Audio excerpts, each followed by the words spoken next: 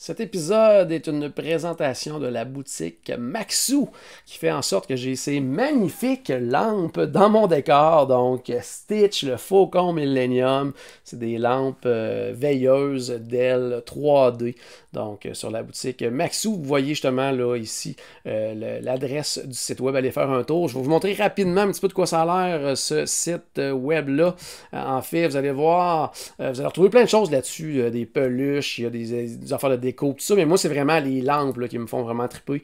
Vous allez voir, il y en a vraiment plein en plus. Là. Puis des belles à part ça. Bon, pour les gens là, qui trippent un peu plus sur des trucs comme de Universal, ça, on va voir entre autres Croque-Mou, on a les Mignons, plein de choses comme ça. Mais vous voyez là, pour Disney, on a Stitch. Ensuite de ça, on va avoir le Roi Lion ici même. On a des trucs d'Harry Potter pour les gens qui trippent un peu plus sur cet univers-là. On a l'étrange Noël de Monsieur Jack. Donc il y a vraiment plein de trucs. Faucon, ceux de Star Wars sont super belles. Il y a R2D2 aussi qui est disponible. Stranger Things. Vous avez vraiment plein de trucs là-dessus. Donc c'est eux qui présentent cette capsule-là. Les lampes sont une gracieuseté de cette boutique-là. Je vous invite à aller faire un tour sur leur site web. Puis c'est pas très cher. Ils ont du super beau matériel. Puis je les remercie énormément pour ces lampes-là qui font en sorte que j'ai un super beau décor maintenant. Donc, on s'en va tout de suite maintenant écouter l'épisode d'aujourd'hui. Donc, bon épisode! Pour planifier un voyage magique au Walt Disney World Resort, vous écoutez Destination WDW.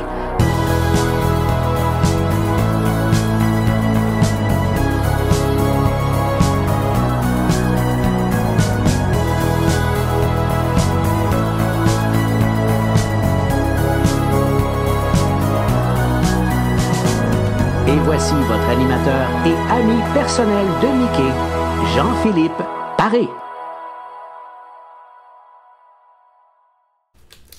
Bienvenue à Destination WDW. Un gros merci pour le téléchargement pour les gens en audio et bienvenue aux gens qui nous écoutent en vidéo. Aujourd'hui, on poursuit notre route vers le 50e anniversaire du Walt Disney World Resort avec notre ami Michel. Salut Michel! Hey, salut Jean-Philippe et salut tout le monde qui sont avec nous aujourd'hui. Bien content d'être là aujourd'hui. Comme je le disais, on s'en va vers le 50e. Célébrations qui vont être, ma foi, différentes depuis la dernière fois qu'on a enregistré, avec tout ce qui se passe dans le monde. Et très différent de ce que j'ai travaillé dans le parc, ça ressemblera pas pantoute. Effectivement, mais on va y arriver quand même. Exact. Malgré justement le fait que peut-être certaines célébrations vont être différentes, ben, il y aura quand même célébrations. Ce sera quand même le 50e anniversaire du Walt Disney World Resort. Effectivement. Ouais. Puis, comme d'habitude, on fait le tour justement de tout l'univers Disney. On va vous parler des parcs et tout ça. Aujourd'hui, on parle en fait de l'année 2003. Michel. Oui, on est passé quelque chose. Ouais, là-dessus, quand même. ouais. On s'approche tranquillement, pas vite. On est dans les années 2000. Donc, on débute avec une cérémonie spéciale pour un parc attendu depuis longtemps du côté de la Chine. Michel, il s'agit de Hong Kong Disneyland. Oui, effectivement, Hong Kong Disneyland, mais le 12 janvier 2003, c'est juste que là, on prépare, c'est la cérémonie de la première pierre. On n'a pas commencé, là, les négociations ont commencé en 1999. Ça a pris 3 ans de négociations avant de dire oui, on le fait. Bon, go, on lance la première pierre et le parc est prévu pour le 12 septembre 2005. Il était prévu avant parce que je devais être là à l'ouverture, puis j'ai manqué l'ouverture à cause que finalement, on a retardé et ça a été le 12 septembre 2005. Mais on vous en reparlera plus tard quand on arrivera justement en 2005. Sauf que, fait à remarquer, ça va être le plus petit parc de tous les parcs Disney et c'est le 11e qui prend place. Mais écoute, c'est vraiment des belles choses. En 2005, manquez pas ça. On va vous parler de ce beau petit parc. Mais selon moi, c'est quand même un beau petit bijou qui est cute, qu'on avait fait pour les célébrations du 50e anniversaire de Disneyland. C'est pour ça qu'il ressemble à l'original. C'est pour ça qu'il est petit. Puis question budgétaire aussi, on ne peut pas se lasser en gros. Mais là, on a un nouveau château qui s'en vient. On en reparlera plus tard. Parfait. Donc, puisque tu mentionnes Disneyland, allons tout de suite du côté de la Californie, en fait. Nouveau spectacle que j'ai adoré, c'est peut-être d'Aladin. Oh mon Dieu, le 16 janvier 2003, le spectacle d'Aladin de Musical, c'est magistral. Alors là, on est déjà sur un nouveau spectacle, mais on en reparle plus tard. Mais ça, c'est une présentation comme si on était à Broadway. Là, on parle des 5 sens parce qu'il y a même du stuff qui se passe dans l'audience. Quand on se promène dans l'auditorium, la parade, les éléphants qui arrivent, la grosse tête, les tapis volants qui volent au-dessus de nous autres, c'est magistral. Et qu'est-ce qui est intéressant, c'est que même si c'est une histoire vieillotte, disons-le comme ça, c'est le génie qui fait le génie du spectacle, parce que il va chercher la captation l'opinion publique de nos jours. Fait qu'il peut parler d'un texto, il peut parler d'un fast-pass, il peut changer de texte. Il sort de son texte souvent et c'est un bijou. Tous les gens qui interprètent le génie, parce que bon, il y a un casting qui est quand même assez volumineux, ils sont tous vraiment incroyables les uns que les autres. Alors, à voir, ça l'a terminé par exemple en 2016 parce qu'on a dû préparer la nouvelle version. C'est Frozen maintenant qui est là, qui est présenté dans le théâtre de... le théâtre Hyperion, c'est ça? Et puis 2000 places, mais écoute, c'est un bijou. Fait que dommage, si vous n'avez pas eu la chance de voir ça parce que c'est terminé, allez le voir, visionnez ça. La musique, les effets spéciaux, ce n'est que du bonheur. Excellent. Donc on va aller juste dans le fait au parc à côté, parce que là on était du côté de Disney California Adventure, on s'en va du côté de Disneyland, on traverse là, quelques pas à peine, puis on s'en va parce que dans le fond il y a une réouverture après un an de rénovation d'une attraction classique, je dirais, là, le carrousel du roi Arthur. Oui, c'est le 5 mars 2003. En fait, ce qu'on voulait faire, bon, rénovation, c'est que là, le carrousel tournait, on arrête, ça ralentit, whoop, je regardais mon enfant, mon kid qui était là, puis il n'était pas au même endroit. Donc on a mis une plateforme numérique à l'intérieur pour pouvoir faire arrêter le carrousel toujours au même endroit. Okay. Alors, si tu as laissé ton enfant là puis que tu étais gêné d'embarquer dans le carrousel, embarquer dans le carrousel, moi je fais toujours, Walt faisait ça, puis c'est un tour, c'est quelque chose, il faut faire ça. Alors moi je n'ai pas d'enfant, et quand je suis guest, je vais faire quand même mon petit tour de carrousel, puis j'arrive toujours au même endroit. Fait qu'il y a personne qui m'attend de l'autre côté, mais j'arrive toujours au même endroit. Fait que c'est ça qui est important, c'est ce carrousel-là, bon, qu'on appelle le merry-go-round, c'est le point d'attraction de Disney. T'sais, on dit tout le temps le hub, on va en avant du château, c'est le point central, mais faut quand même penser que les carousels, c'est ça le point central d'un parc Disney, c'est l'attraction centrale, mais on l'a mis en arrière du château parce qu'on voulait avoir le point de fuite, on voulait regarder, ok, on voit à travers le pont-levis, la porte, puis on va tourner un carrousel de l'autre côté, mais le vrai point central d'un parc Disney, c'est le carrousel. Ben, en fait, en plus, chaque carrousel Disney est différent d'un de l'autre, en fait. Oui, effectivement, au niveau de la thématique, et là, je ne veux pas me tromper dans les thématiques, mais si on va à Disneyland, ben, on a rapport à Merlin l'Enchanteur et puis La Belle au Bois dormant. Si on va au Magic Kingdom, c'est concentré sur Cendrillon, même chose pour Hong Kong Disneyland. Si on s'en va... à Disneyland Paris, alors quand on est à Disneyland Park, c'est le carrousel de Lancelot, donc ça rapporte vraiment juste avec le Merlin l'Enchanteur, et c'est beau parce que les lances, c'est vraiment des lances de chevaliers. Fait que quand vous regardez, là tu dis, ok, il est en train de me parler qu'il y a une thématique sur chaque, j'avais pas vu ça, prenez le temps de regarder, c'est vraiment génial. Et là, quand on fait Shanghai Disneyland, ben là on l'a mis vraiment, pourquoi que le carrousel est en avant, c'est que l'origine, on voulait que le hub, ça soit un carrousel, mais c'est drôle de penser qu'on peut mettre une attraction en plein milieu du hub quand on pense au spectacle mapping qui sont sur le château, gérer une attraction avec ça. Mais vu qu'il y avait un land devant le château, Shanghai Disneyland a pu se permettre de mettre son carrousel devant avec la thématique de Fantasia. Alors on a tous les petits chevaux, les unicornes puis tout le kit. C'est vraiment très beau. Fait que en gros, c'est ça les carousels. Non, j'en ai oublié. Tokyo Disneyland, il faut parler d'un carrousel double, 2 étages. Quand on va à Tokyo Disney Sea, c'est les tapis volants et ça a rapport avec Aladdin. Alors le carrousel est sur 2 étages, un par-dessus l'autre, tellement qu'il y a le monde, faut rouler double. Et puis, on en a un aussi dans la version Magic Kingdom, l'autre côté. Et puis, le dernier carrousel qui a changé, c'est pour le Pixar Pier à Disney Adventure, voyons, California Adventure, pardon, où on est rendu avec Jessie. Avant, c'était Ariel. Ouais. Et là, pour garder la thématique de Pixar, Ariel a traversé l'autre côté pour aller dans son attraction. Et on a mis la thématique de Jessie de Toy Story pour le carrousel. Alors, c'est un peu ça, là, la thématique de chaque. Okay. Tu l'as mentionné tout à l'heure, Michel, mais le carrousel est très important pour Walter, entre autres pour les souvenirs de famille. Souvenirs de famille, oui, parce qu'au départ, c'est ça qui est l'origine du parc Disney. Parce que lui, il allait tous les dimanches avec ses filles. Il amenait ses filles faire un petit tour de carrousel à Griffith Park. Et puis là, c'est comme, wow, ce serait le fun. Il est assis sur son banc de parc, puis il regarde ça. Raison pour laquelle je reviens sur... c'est le centre d'attraction, ouais. C'est ça, ça part de là. Alors, c'était important pour la famille. On voulait vraiment tout mettre... tout ça en place, et puis il faut savoir que même si lui il voulait un carrousel, il n'y en avait pas, il faisait des recherches puis ça faisait jamais son affaire, et le parc avançait, et le carrousel a été trouvé à Toronto, à Sunnyside, le parc d'attractions, un vieux parc d'attractions qui était fermé, et puis à Toronto, ils sont allés chercher un vieux, ils l'ont amené là-bas, il venait du parc Sunnyside, ils ont tout rénové, ils ont mis ça, ils sont allés chercher des vieux chevaux qu'il y avait dans les carousels de Coney Island, ils ont tout renipé ça, puis ça a pris vraiment vraiment pas beaucoup de temps, mais c'est une des dernières attractions qui a été faite. C'était la plus importante, puis c'est la dernière qui est rentrée pour Disneyland. Mais c'est vraiment une belle histoire. On pourrait en parler longtemps, mais il y a eu vraiment une belle histoire là, sur les carousels de Disney. Mais vraiment, ta question était ça, par rapport à la famille, c'est trop important. C'est nos enfants qu'on voyait tourner. Et Walter disait, il ne peut pas avoir, que ce soit n'importe quel parc d'attractions, que ce soit Disney ou pas, faut qu'il y ait un carrousel. Un carrousel, c'est une priorité dans un parc d'attractions. Alors, oui, c'est important pour la famille. Bon, on va rester du côté de Disneyland, Michel.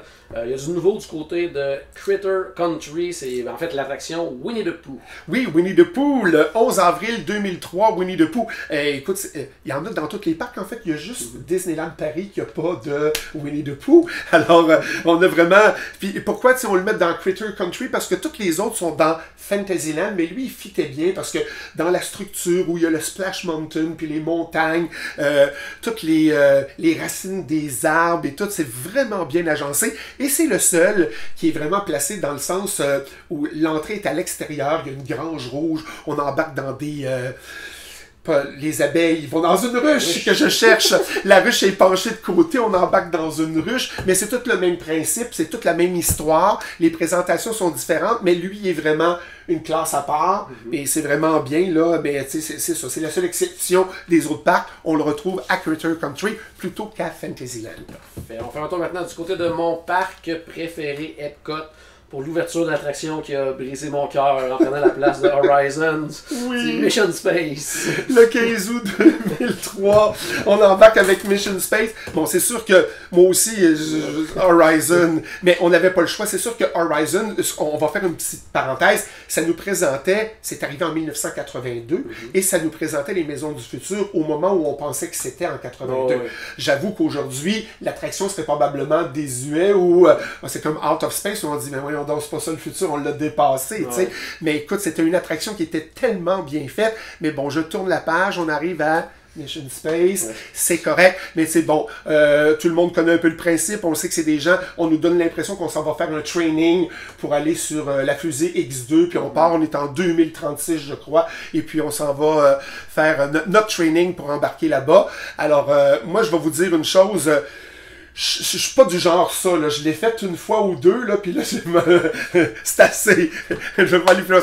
Mais juste pour le feeling, ce que j'aimerais retourner tout le temps, de la préparation pour le départ de la fusée, juste être là, puis embarquer sur le dos, puis le décompte pour partir, c'est donc bien un beau flash, tu sais. Mais c'est quand même bien fait. Rentrer à l'intérieur, voir la préparation avant, tout ce qu'ils ont mis sur les murs et les recherches sur la NASA et tout ça. Mais on a fait quand même la présentation de l'attraction a été faite solennellement, officiellement, beaucoup plus tard, en octobre, parce que là, on voulait avoir tout le monde réuni, parce qu'on voulait avoir plein d'astronautes, que je ne nommerai pas, parce qu'à part Neil Armstrong, je crois qu'on peut en nommer un deuxième, et d'autres, et puis, mais on voulait avoir le chef de la NASA, l'administrateur de la NASA qui s'appelle...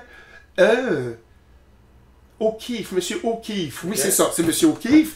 Alors, Monsieur O'Keefe va être là avec Michael Eisner, toute la préparation avec tous les astronautes, puis dire « Wow, c'est donc bien hot, tout ça ». Fait qu'ils ont fait vraiment une grosse affaire. Mais écoute, ça, disons le terme québécois, ça pogne. Les gens y vont, ça va bien, puis tout le monde tripe ça. Toi, c'est-tu le genre d'attraction qui te fait triper, ou plus ou moins? Ben oui, je trouve, Oui, mais. Dans le fond, je trouve que la technologie est bien au niveau... la force centrifuge. En plein chat, tout ça, c'est super bien. Par contre, au niveau visuel, c'est comme... c'est pas au top de la technologie. Quoi qu'ils l'ont refait dans les dernières années. Ah, ça, je savais pas qu'on l'avait refait. Puis, ils ont maintenant... Si justement, si t'étais moins fort sur ce type d'attraction-là, puis que t'as le goût de revivre l'expérience, vas-y maintenant avec la mission verte là, qui est rendue maintenant... il accepte même les jeunes enfants maintenant. Là, mais c'est vraiment plus familial. Je suis allé pour la totale. Moi, j'ai fait ça. Mais c'est pas le fait de le tournage puis tout ça. Bon, t'es avec les autres, les gens puis tout. Puis peut-être que, tu sais, quand une journée ça la donne pas, ton expérience n'est pas le fun à cause du monde qui sont autour de toi. Puis tu dis, oh, j'ai pas aimé ça. Fait que c'est ça. Mais non, Mais au départ aussi, quand ça a ouvert, il faut dire que ça avait été un peu plus compliqué là, dans le sens que pour les gens qui sont allés dans les premières années d'ouverture, c'était pas la même intensité qu'aujourd'hui. C'était beaucoup plus intense à l'époque. Les gens sortaient là. C'était plus fort au départ. Oui, vraiment. Mission Space, dans les premières années d'ouverture, tu tu t'installais à la sortie puis les gens étaient couchés sur les bancs. Là, c'était aussi intense que l'entraînement de la NASA, là, qui ont diminué énormément. Ils ont introduit ensuite justement la mission verte, qui par la suite ont encore une fois modifié pour être encore plus c'est peut-être pour ça, c'est peut-être parce que j'étais dans les premières années, puis ça ouais. avance un petit peu trop. J'ai vérifié pendant que Jean-Philippe parlait, c'est vraiment M. O'Keefe, c'est Sean O'Keefe qui était l'administrateur de la NASA à l'époque, avec tous les autres astronautes qui ont suivi. Alors c'était quand même un beau coup d'éclat là, pour Disney. Super. On se dirige maintenant du côté de Magic Kingdom pour une grande première au Fantasyland Theater. Une attraction nous, en tout cas, quand on parle des attractions qui passent des fois un petit peu inaperçues, sous-estimées, c'est pas mal une qui revient toujours au top de la liste, c'est le Mickey's Philharmagic. Exactement, le 8 octobre 2003. Il faut savoir, dans l'histoire, c'est qu'au départ, la première attraction qu'il y avait à cet endroit-là, c'était aussi un orchestre, c'était un autre orchestre, c'était Mickey Mouse Revue, que ça s'appelait. Alors Mickey Mouse était là, puis il était quand même le chef d'orchestre, et il dirigeait tous les personnages Disney. Alors quand ils ont fait le brainstorming, puis qu'ils ont ramené, puis qu'ils ont dit, on s'en va là pour mettre un film 3D, l'orchestre est revenu, mais il y avait quand même un hommage à ce Mickey Mouse Revue qui était là. C'est sûr que quand on regarde aujourd'hui, on dit, OK, quand ça a sorti en 2003, wow!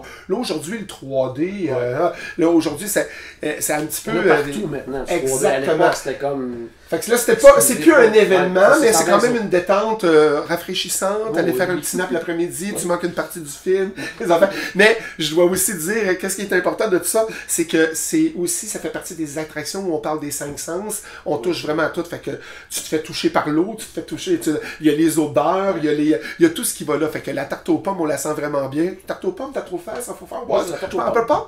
Et puis, le vent qui vient te snapper sur les bouteilles de champagne, l'eau qui vient arrosé dans Fantasia, et là on parle de Louis, là. Alors vraiment les 500 sont réunis là, puis les scènes sont belles et les transitions, tu sais, de Donald qui va aller voir, donner un petit bisou à Mademoiselle Ariel, finalement ils peuvent pas, le poisson donne le bisou, puis quand elle monte en haut on voit le soleil transfère sur Lion King, il y a des beaux transits. Oui, le montage musical. Ah oui, ça c'est bien fait. On fait juste dire que c'est sûr que dommage, c'est la meilleure version que vous avez en Floride parce que j'ai eu la chance de dire waouh, nous on a Philharmagic à Disneyland Paris, il n'y a pas les effets comme on a là-bas, puis l'écran ne fait pas tout le tour de chaque côté. Donc c'est un écran de cinéma flat en avant et ça va pas plus loin. Fait que quand on va dans l'ouverture puis que l'image grandit, ça grandit pas. Quand le rideau du théâtre lève, fait que c'est un petit peu moins passionnant, moins surprenant, surtout quand tu as vu l'autre, puis là tu fais OK, je suis rêvé ou c'était plus petit, je me suis manqué un bout. Et finalement, c'est ça. Mais au moins, il fait le tour des autres parcs. Puis c'est quand même une belle production, comme Jean-Philippe disait, pour la musique, pour le montage, tout ça. Ça, c'est quand même très intéressant. Toujours Magic Kingdom, Michel, maintenant, un nouveau spectacle, Nocturne, oui, plutôt, qui fait des heureux, qui a marqué petits et des grands. C'est Wishes. Exact, Wishes, le 9 octobre 2003. Moi, j'étais quand même estomaqué, là. Et la première fois que j'ai vu Wishes, j'étais pas devant. Le petit restaurant, là, quand on rentre dans Tomorrowland, là, à côté, là, la terrasse. Bon, c'est ça. Fait que j'étais sur la terrasse là-bas, fait que c'était pas le même feeling que j'ai eu, mais juste ça. Puis je te dirais, je vais revenir sur le show, mais moi, c'est quand ça a terminé, puis qu'il y avait une toune de sortie pour que les gens quittent, on appelle ça un chaser. C'était Wishes. Je pleurais ma vie, tu comprends? C'était super beau. Fait qu'écoute, c'est le premier spectacle où on dit, on intègre du mapping sur les shows. Là, on fait des projections sur le château, une autre sorte de spectacle, parce que ça a remplacé Fantasy in the Sky. Donc, Fantasy in the Sky, c'est Fantasy in the Sky. Fait qu'on regarde. Là, maintenant, on a une histoire qui se passe sur les châteaux. En fait, c'est les bons et les méchants personnages de Disney qui demandent des vœux. C'est mis en scène par Jiminy Cricket, qui veut vraiment réaliser les vœux de tout le monde. Et puis, c'est fait avec brio, là, vraiment. Les effets spéciaux audiovisuels, ou ta-ta-ta-ta-ta-ta, quand on sent les descendre sur la musique, on l'a vraiment dans les airs. Alors, c'était magistral à tout point de vue. Quel beau spectacle, Wishes, là. Ça a duré un bon bout, là, puis chapeau à Steven Davison ou Steve Davison, parce que savez-vous que mon ami Davison, on ne devrait pas dire le nom de famille, il y a des name tags avec Steven, il y a des name tags avec Steve, mais lui il fait le tour de toutes les parcs, puis ça c'est mon mentor, c'est quelqu'un qui nous a aidés, qui nous a côtoyés, mais quel bon bonhomme, puis lui il fait le tour de tous les parcs Disney, puis il travaille sur les fireworks shows, il travaille sur les parades, c'est un bon bonhomme, alors bravo. Steve, t'as fait une belle job. T'écouteras pas ça, mais le monde va le savoir que moi je t'ai dit bravo, je suis bien content. Alors, c'est ça, beau souvenir pour moi. J'en reviens juste pas. Fait que c'est ce qui complète en fait cet épisode-là. On est à la dernière question. Fait que j'espère que la magie tourbillonne autour de vous. Merci encore Jean-Philippe de m'avoir accueilli pour 2003. Puis je vous invite à continuer de nous suivre sur En route vers le 50e du Walt Disney World Resort parce que j'ai hâte de vous parler des autres années. On s'approche. Ça va tranquillement pas vite. Donc à la maison, j'espère qu'on a acheté un tout petit peu de magie dans votre journée. N'oubliez pas bien sûr que tout a commencé par une souris et on se reparle très bientôt. Bye bye!